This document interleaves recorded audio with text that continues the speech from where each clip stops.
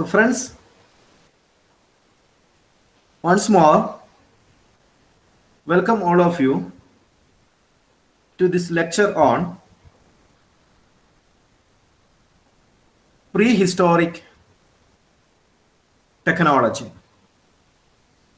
Prehistoric technology.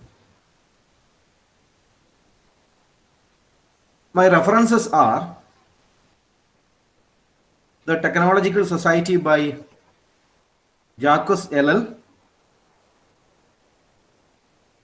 Kenneth P. Oakley, Man the Toolmaker.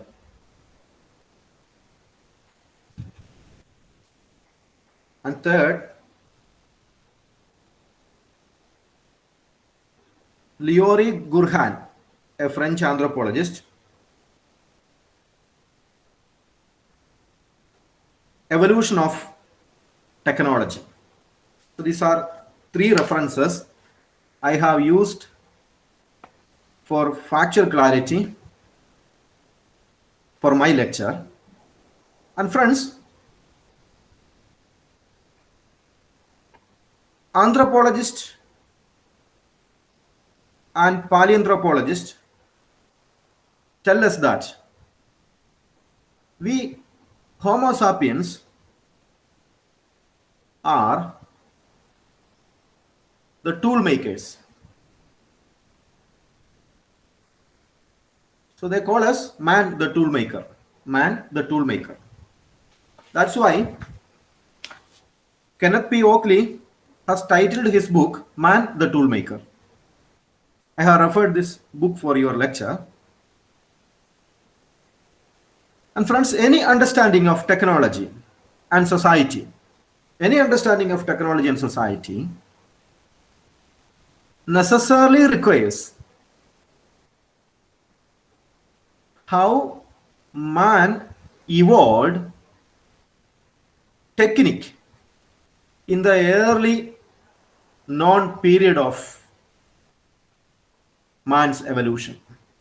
That is, if you want to understand technology of today, we certainly need to look back and what happened in the early period of the evolution of Homo sapiens, because we wanted to compare so that we are able to grasp what happened today in comparison to the bygone days.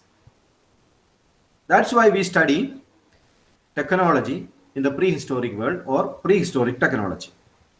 It is necessary to look at the prehistoric world if you really wanted to know where our technique has now reached. Now we have amazing technology.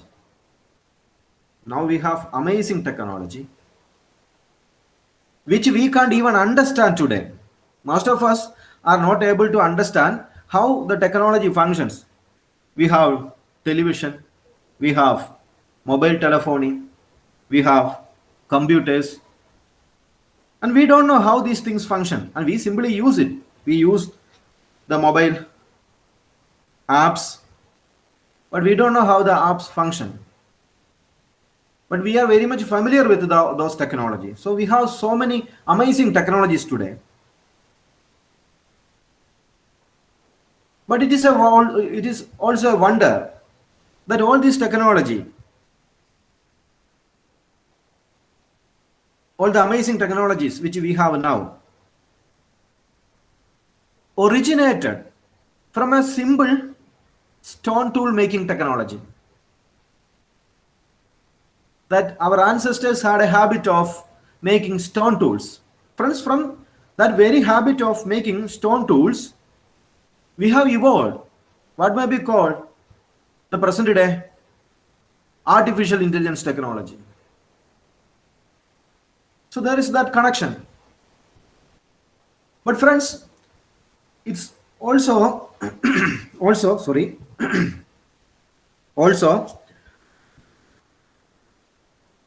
hardly possible. It's very difficult to give a history of technique. It's very difficult to give a history of technique in the prehistoric world. And now we are only beginning to understand a little of the history of technique in the bygone days. So the point is that all of us are in an advantage position that we are all able to write a history of the technology, because the full history of technique in the past is yet to be written. It's still evolving how man developed technology from the ancient past. An earliest attempt towards this, that how man evolved technology, comes from André Louis Gourhan. André Louis Gourhan. He was a French anthropologist, archaeologist, and paleontologist with an interest in technology. He presented a 2-volume fascinating book on technology. And that book involved an inquiry into the evolution of technique from prehistoric time to the industrial world. So I have referred that book for this lecture for your reference, for factual clarity. I have used so many facts which I have referred from this André Louis Gourhan book. The first thing that is striking from his writing is that, friends, it is even possible to undertake such a book writing endeavor, that he wrote a book about technology which man used in the prehistoric period, because we have no archival evidences. It's interesting that we can study how technique evolved in prehistoric period is a fascinating thing. We can take into account the types of material used those days, such as bones, wood, or stone. We can also look at the basic means of action involved in the tool, such as cutting, digging. We can also look at the forces which were thought to be mobilized by that tool, such as, say, killing an animal for food, or skinning, or plant cultivation. That being stated, friends, that being stated, a systematic description of technique, a systematic description of technique, a systematic description of technology and how it evolved in human society is even possible. That we can write books like that, even though we have no evidence. And this French anthropologist, André Louis Gourhan, is a very famous anthropologist. He attained fame just like that of Levi-Strauss. So André Louis Gourhan evolved 3 concepts to understand how technology evolved in the prehistoric world. He deployed 3 very important concepts to understand how man developed technology. First concept is trend. Second concept is degrees of factuality. Third is technical milieu. Technical milieu. I have referred this from his book, Evolution of Technology, page number 325. That was published in the year 1943. You can look at what was the most fashionable technology those days. That way you can study technology. These days, our technology, what is the most fashionable technology these days? Of course, our mobile is the most fashionable technology. We have a word in our mobile. It's most fashionable. And we can look at past and understand what was the most fashionable technology. That's why he meant by the word trend. Then degrees of actuality. What is that? That is how those techniques were factually correct. Whether such technology really existed, you verify that. And third, the technical milieu, that what level we have achieved technique. That today we have artificial intelligence technology. We have artificial intelligence technology. Thereby, human brain is systematically and artificially created. That a technology can function like a human brain. It can understand your face, it can understand your language, it can understand what you are thinking. That is artificial intelligence. So look at the technological milieu we have achieved today. And Andre Leroy-Gourhan is just saying that by looking at the technological milieu achieved, we can understand the technology of the past. So what level their mental abilities were able to create technique and create a world out of that. What level their mental abilities were. Today we have, people like Mark Zuckerberg or Larry Page.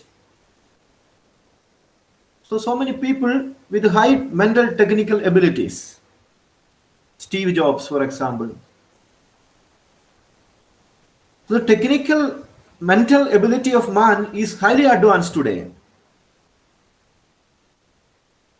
So friends, the crux of his hypothesis is very simple. That is, Andre Leroy-Gourhan proposed a hypothesis. He was saying that there is a close parallel between the development of tool and the growth of human brain. There is a close connection, a close parallel between development of our brain and development of our tool. And of course, we know that this mouse, I have this mouse, and this mouse is definitely a product of our brain, that our intelligence created this mouse. But friends, Leroy-Gourhan was saying that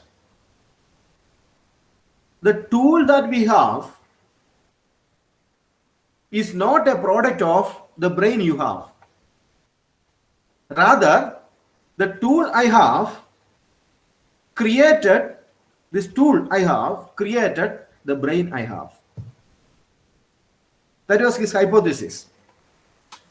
That is, brain is not the factor behind making of tool. Human brain is not the factor behind the making of tool. Rather, biological factors created tools. It's a very intriguing proposition that in the Paleolithic world or in the Neolithic world, that tools we have created the brain we have. That is, there is a coupling between tools and the evolution of the brain. So what we can find is that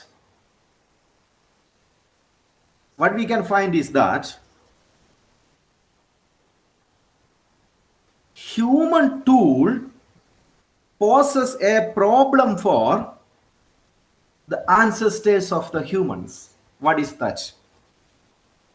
That is, for the Homo habilis, tool poses a problem. What is the problem?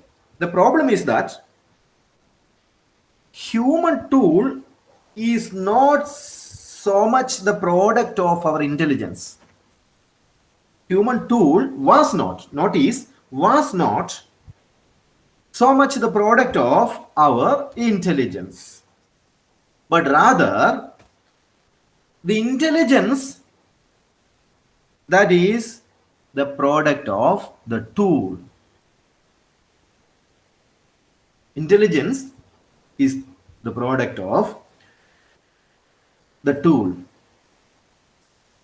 Therefore, he was saying that the biological evolution of the human brain can be justified. That is, brain was also evolved. That our brain, the perfection of our brain, the sophistication of our brain is not a flash flood development. It was not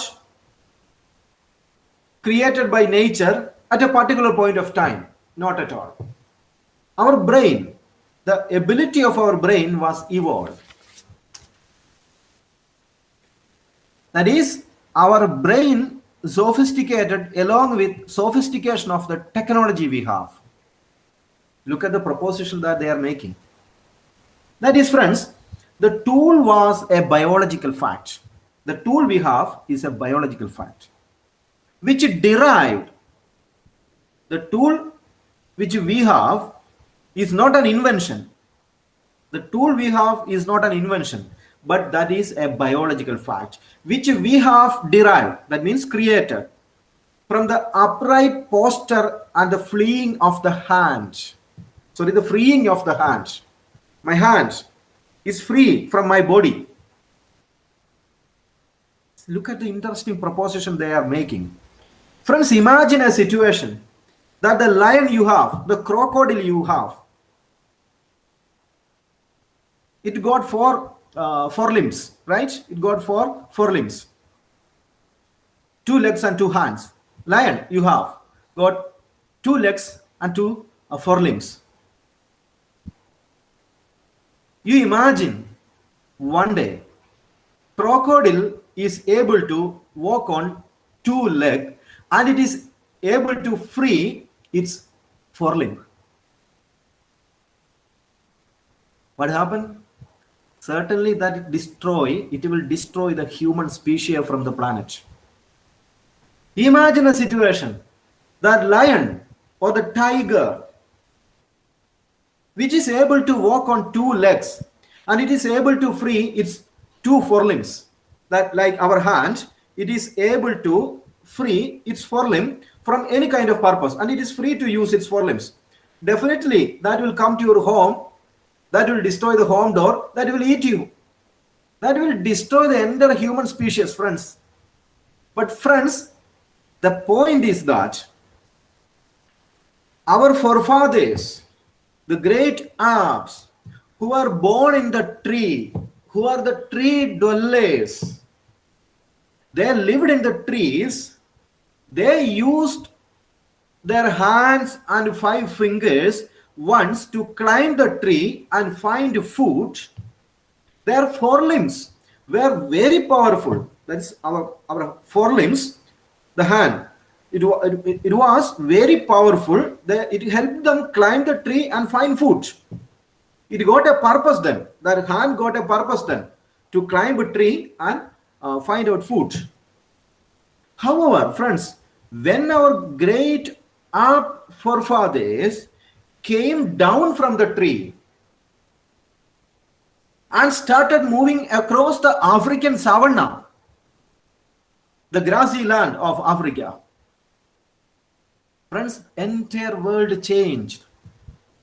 When our hands were freed from our body posture, now we are able to walk up, upright. That's called bipedality. Humans, Homo sapiens, are bipedal. There are several hominids. There are many hominids. There are, I think, 4 to 5 hominids. Am I correct? 4 to 5 hominids. They are all able to walk. The monkeys, the chimpanzees. They are all able to walk on leg. And the humans are the most sophisticated bipedal animal. And when our hands were free from our body posture, unlike other animal species, tools become just a biological fact to our biological existence. You just look at the tiger. Tiger got 2 forelimbs, and inside the forelimbs, it hides a dagger-like claw that's very powerful. It is hidden. It's hidden. We have 5 fingers, a total 10 fingers, and this 10 fingers is not. There is nothing, inside that 4 fingers. We are hiding nothing. But when you look at the tiger got 10 claws, dagger-like structure inside its forelimbs that comes out when it wanted to pick a prey, or when it wanted to pick a food, that comes out. Such a very powerful claw, dagger-like claw. So that is part of its body, but it is hidden inside its forelimbs. The point is that we were able to free our hands, so we were able to free our forelimbs. So was the Homo sapiens.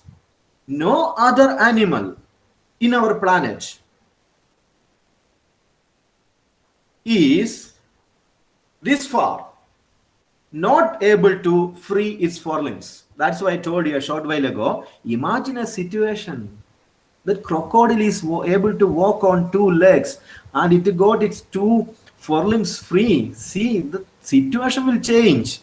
The entire planet, the situations in the entire planet will change, because that is very powerful animal. Very powerful animal. Lion or tiger, the cheetah, the jaguar.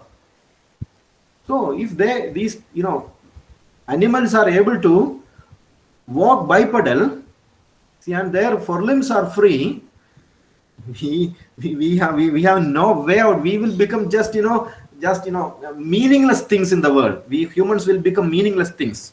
That, friends, our forelimbs are created for some other purpose. That means our forelimbs are created for some other purpose.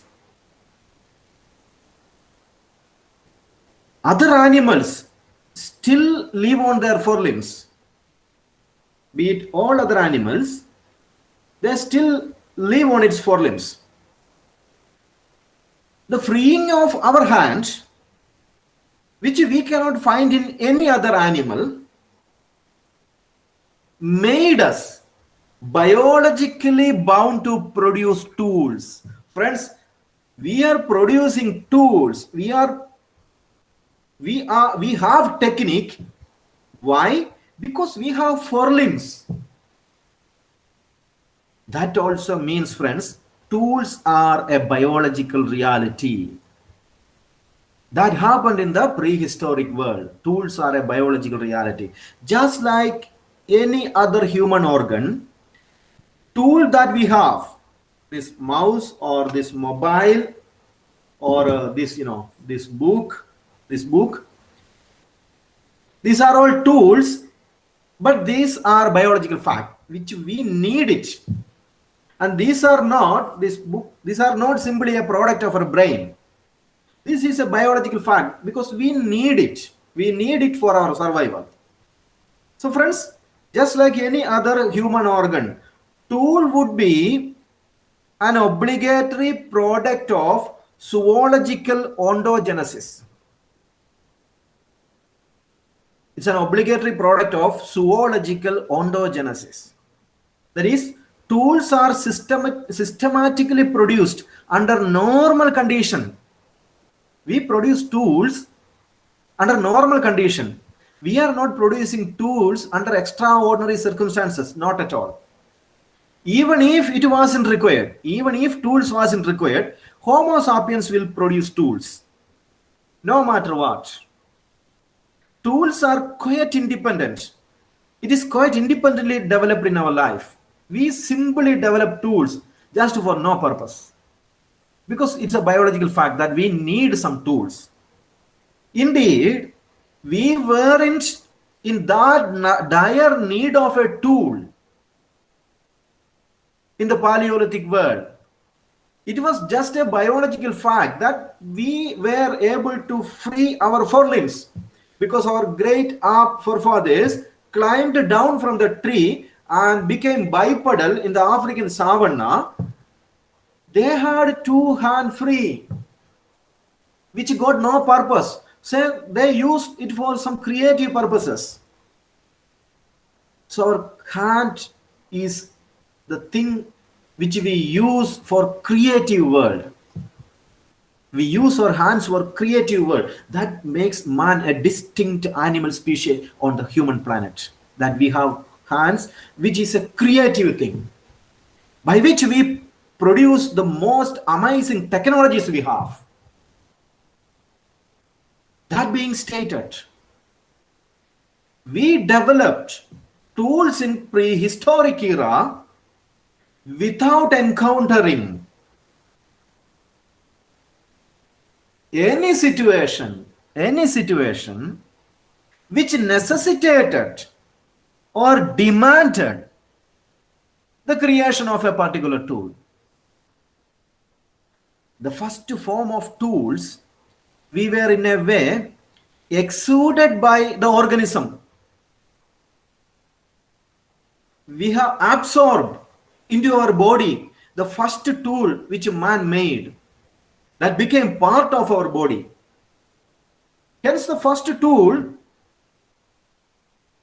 could not evolve more rapidly than their biological bearer could. That is, just like our great forefathers took millions of years to free their forelimbs from any kind of purposes, the first tool which we developed took millions of years to evolve.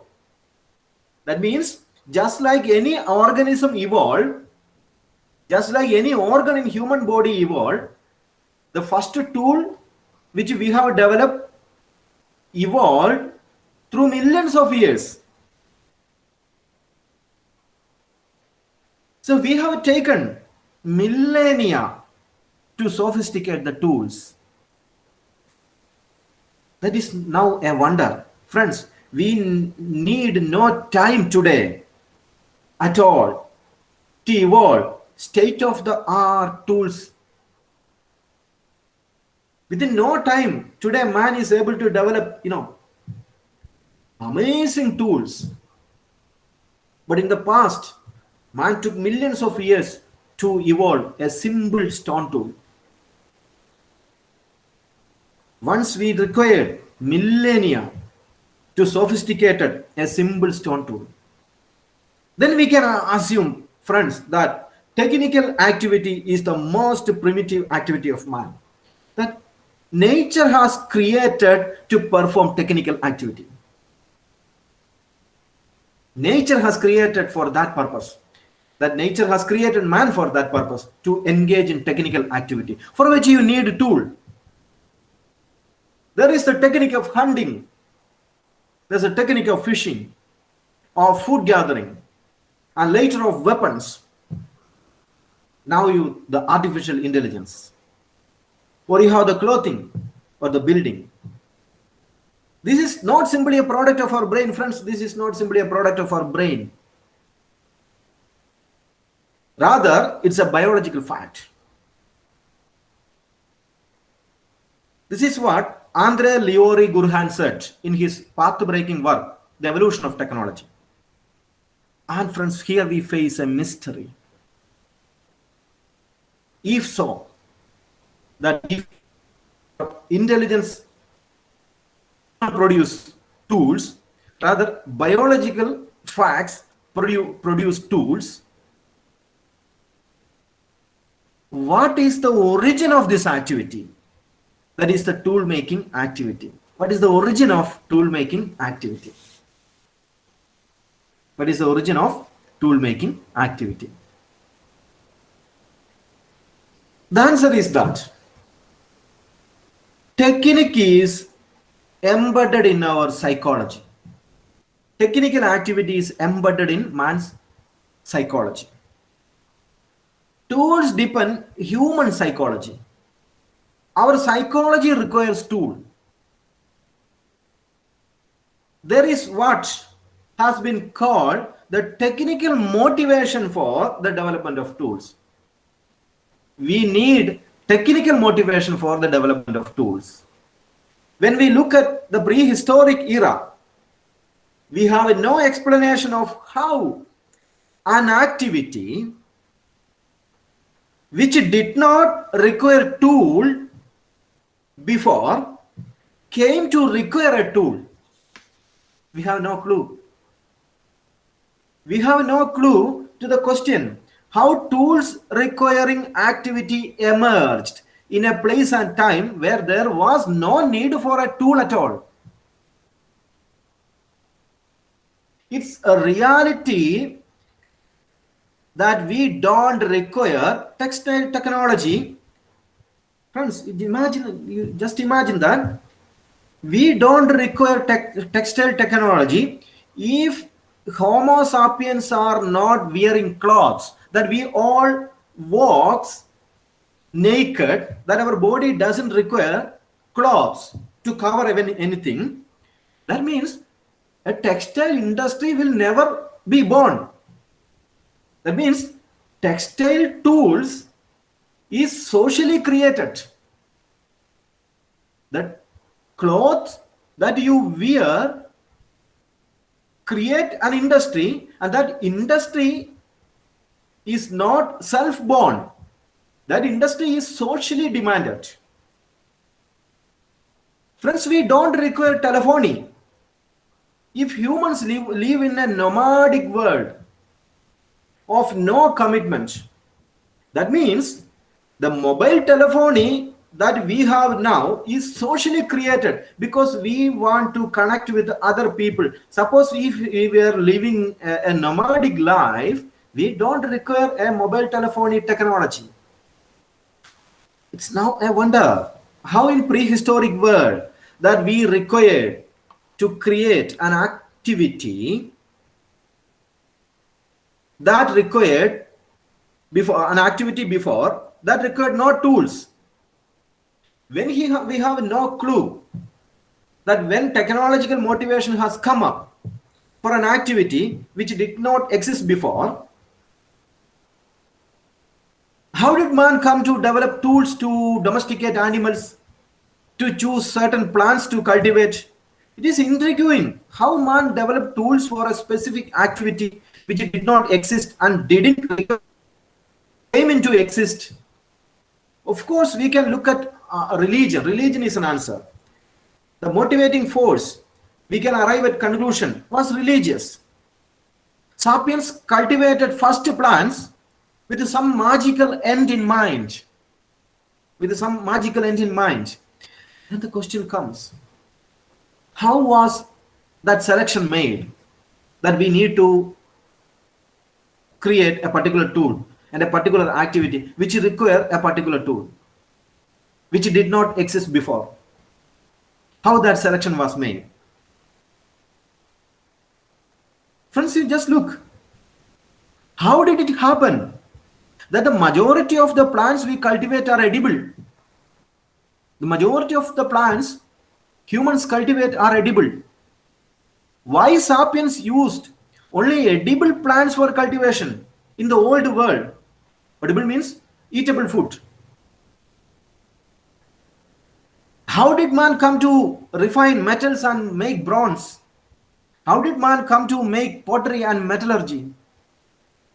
Was it chance or necessitated by some biological facts? But friends, the point is that man is a social animal. He is distinguished by the ability to make tools and communicate ideas. Use of tools appears to be man's chief biological trait, not intelligent trait. Tool is a biological trait. Tools are conceivably detachable extension of our forelimbs. That is, the mobile I hold, it's a tool, but it can be detached from my hand. But this is an extension of my body.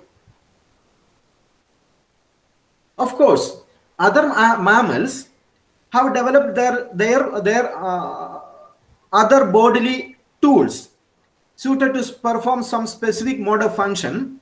The chimpanzees or other orangutan, which got their own tools to perform some specific functions.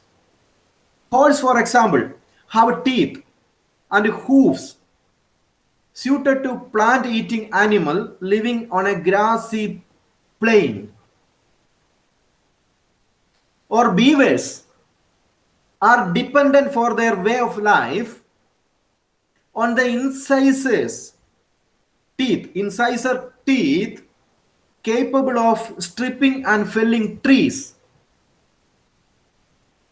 Just an example, because they have their own tools for their survival, but we don't have a tool that is attached to our body. All the tools we have are detachable from our forelimbs.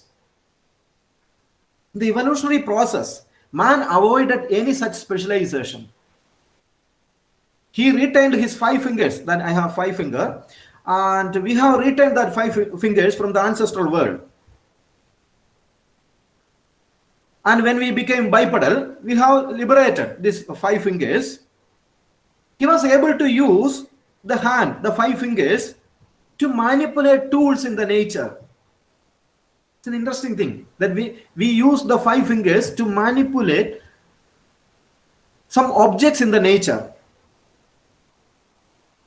So evolution of a new bodily equipment as a response to change in environment, as I told you, required millions of years. That we took millions of years to evolve first tool. So making fire, constructing dwellings, wearing clothes, all followed from the first tool we have developed. It is evident that, friends, man is a tool maker. Whether this trait makes him any way different from other animals, we have no clue. That whether tool making is what makes man distinguished from other animals, such as apes, it is intriguing to know, but we have no clue for that. But structurally, friends, we are not different from other animals.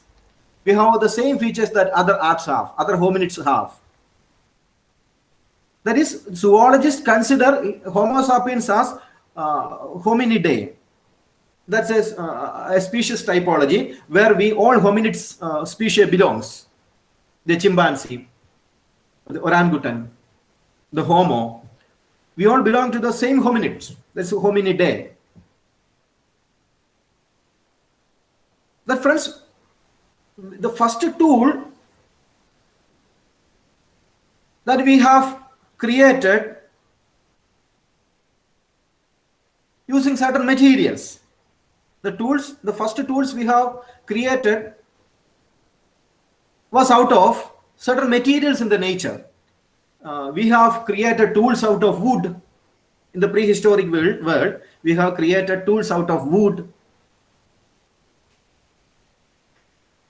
Only 2 wooden artifacts are known from the Paleolithic society even today. One is the end of a yew spear, Y-E-W, yew spear. Yew means that's a particular kind of tree, yew spear.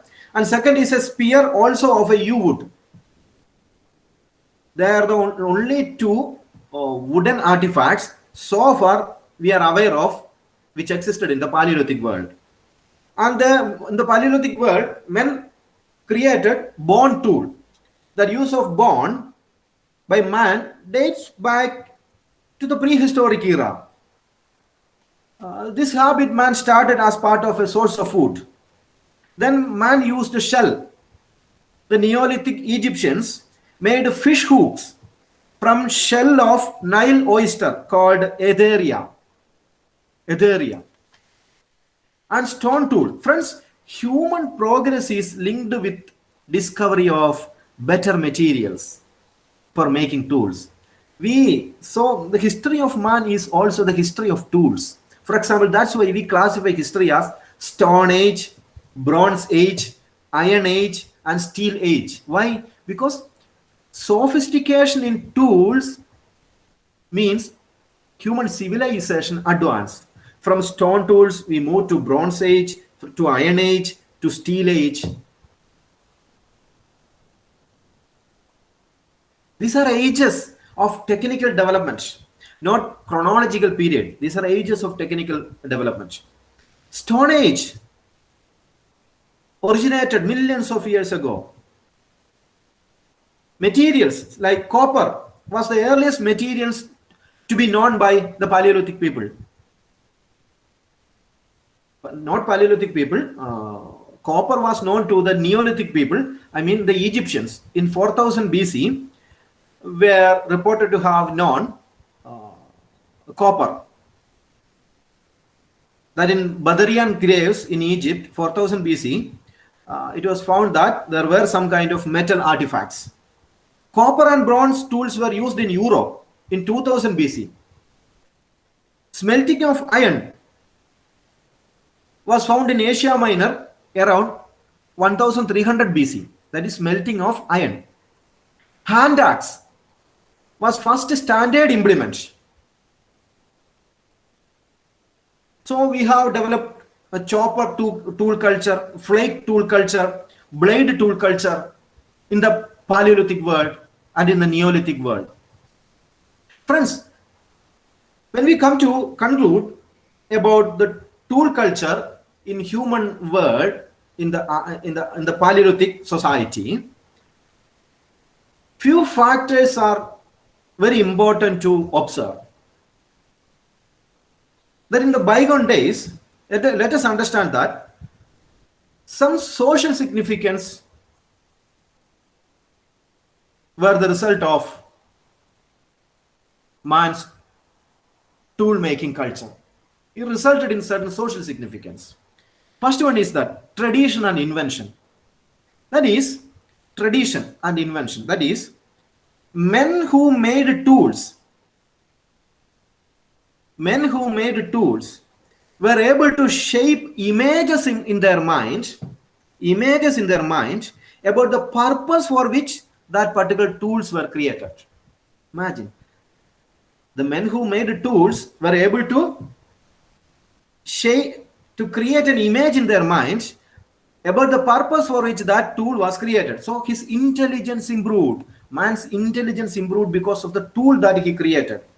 Human culture everywhere is an outcome of this capacity for conceptual thinking. That our brain got a capacity for conceptual thinking. And civilization advanced because of this conceptual thinking. And this conceptual thinking originated because of our tool culture. Tools gave us capacity for conceptual thinking.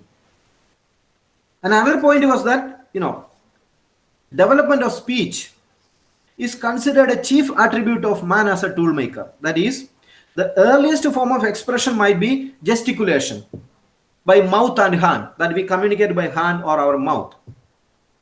We communicate by our hand and also mouth.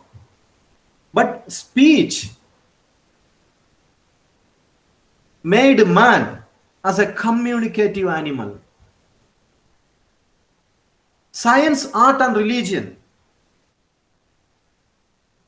Friends, you see, man was capable of imagining, deduction from, or speculating about. This habit of man to speculate about, to deduct from, to imagine, to observation, ultimately resulted in art, science, and religion right from the Greek world. We don't know whether Neolithic people of Egypt, that the pharaohs and their engineers, that mummification of human body, whether they really know science, we are not sure. But friends, their habit of observation, deduction, imagination, speculation, magic they have, ultimately resulted in the birth of art, science, and religion in the ancient Greek world. That connection goes like that. From the Greek world, the art, science, religion went to the medieval world, and from the medieval world, it went to the Renaissance world. From the Renaissance world, it went to the Enlightenment, industrial, and today. So we were able, in the ancient world, the Paleolithic world or the Neolithic world, we were able to control the environment. That is, through our ability to observe and compare. Homo sapiens were able to adapt to their environment. We were able to learn how to control fire. That was a great step in human life, controlling fire. It gave us freedom from the dominance of environment. Before that, environment dominated us. But the discovery of fire, the first man who discovered fire was able to conquer nature back. Till that moment, nature invaded us. But when we invented fire, we started invading nature. And friends, in the Paleolithic world, tools help us control the food supply. Man's civilization could advance only through control of food supply. That is, when you started farming and when you started domesticating animals, friends, we were able to control the food supply. The Neolithic Egyptians tilled their soil with stone hooves. They grew barley and wheat. They stored grain in pits. They kept cattle, sheep, and pigs. They fished with hook and line and hunted extensively with bow and arrow. The Neolithic Egyptians. Friends, thereby they were able to control the food supply. But that way, man lived with technology in the prehistoric era. And that is the story of man as a tool maker. Friends, that is the story of man as a tool maker. Now we are going to see the birth of complex, very complex technologies. We say machine technologies. The forelimbs, which we liberated from our habits, from the habits of our great ape ancestors. Now we are using our forelimbs to make complex tools. Interesting. Once our tools were made of simple stones. Our earliest tools were made out of stone, wood, bone, and metal. Now our tools are beyond our cognitive power. You look at the AI technology. It's beyond our simple comprehension. Ordinary people can't understand what is AI technology. Only a sophisticated brain can understand what is AI technology. None of us really understand what is AI technology, because those who have great neuron capacity can understand that. We say we are creating artificial brain, and we say it's a new machine tool, but we don't know how to sense it. We don't know how to touch it, how to smell it, how to feel it. The new tools. Look at our mobile phone. It got so many apps. It got programs stored. It acts even without your command. It knows your mind. Notice your desktop or laptop. It got operating systems. It got a software language. It's highly sophisticated tool. It is more powerful than your human brain. Look at your humanoid robot, your AI robot. It acts like a human flesh and blood human. It acts like simply what humans are acting. It can think like you, recognize your language.